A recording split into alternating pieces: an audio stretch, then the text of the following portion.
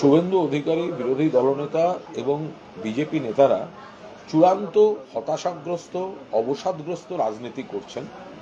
তারা এক একটা নির্বাচন এলে এক এক রকম হুমকি দেন। একবার দেন দিল্লির নির্বাচন কমিশন ভোট করবে, এবার দেখব। করেছে, ওরা হেরেছে। সেন্ট্রাল ফোর্স দিয়ে ভোট করাবো, করিয়েছে, হেরেছে।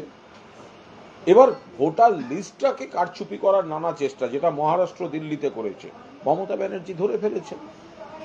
পশ্চিমবঙ্গের থেকে আপত্তি উঠেছে।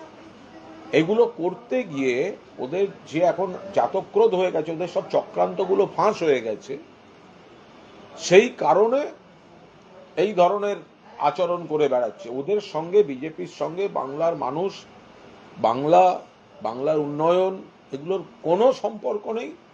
এখন এইসব বেসলেস নাটক করে বেড়াচ্ছে। ওটা তো ওদের মধ্যে কম্পিটিশন চলছে, কে প্রচারে থাকবে। শুভেন্দু অধিকারী ছবি তুলতে ইলেকশন কমিশনের অফিসে যাচ্ছেন, আর সুকান্ত মজুমদার ত্রাণ সংগ্রহের নামে তিনি বাজারে গিয়ে ছবি দিচ্ছেন। এদের মধ্যে তো লড়াই চলছে, এবং দুটোই হচ্ছে অযৌক্তিক। শুভেন্দু অধিকারী জানেন যে তাদের চক্রান্তটা মমতা ব্যানার্জি ধরে ফেলেছেন বলে তাদের রাগ, আর সুকান্ত মজুমদার কেন্দ্রীয় মন্ত্রী। কেন্দ্রীয় সরকার বাংলাকে বকেয়া টাকাটা দিয়ে দিক।